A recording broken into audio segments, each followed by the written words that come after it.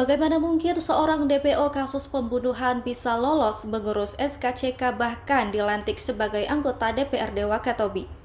Cerita ini terjadi pada Laude Litao. Ia adalah anggota DPRD Wakatobi dari Partai Hanura. Dia juga adalah DPO kasus pembunuhan 11 tahun lalu. Sontak saja ceritanya ramai dan jadi sorotan tajam publik. Beberapa bahkan terkejut. Fakta mencengangkan ini sontak menimbulkan tanda tanya besar. Warganet di media sosial ramai mempertanyakan proses seleksi dan verifikasi calon anggota legislatif yang dianggap kecolongan.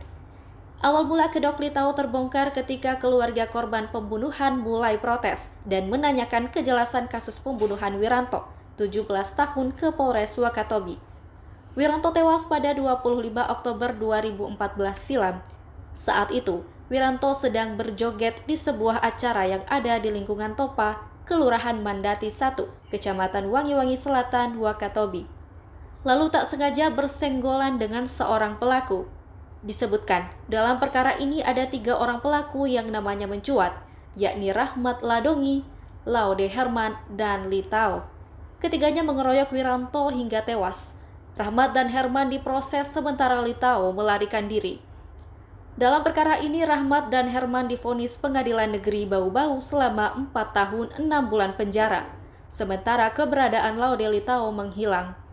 Selama 11 tahun ia masuk DPO pembunuhan Polres Wakatobi, tapi 2024 Litau muncul. Ia dengan tanpa rasa takut mencalonkan diri sebagai anggota DPRD Wakatobi dari Partai Hanura. Hebatnya, Litau lulus mengurus semua dokumen yang dibutuhkan, mulai dari pengurusan surat keterangan catatan kepolisian atau SKCK hingga dokumen di KPU setempat. Setelah namanya masuk dalam pencalonan, Litau pun lolos dan terpilih sebagai anggota DPRD Wakatobi.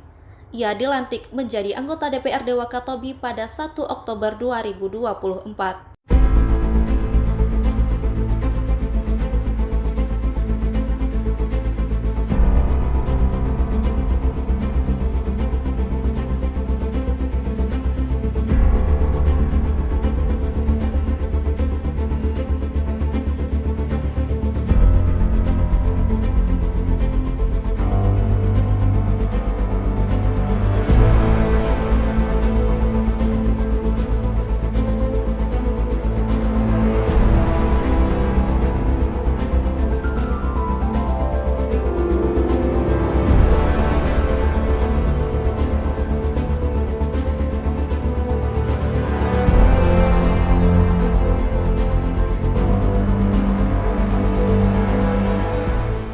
Download Tribun X sekarang, menghadirkan lokal menjadi Indonesia.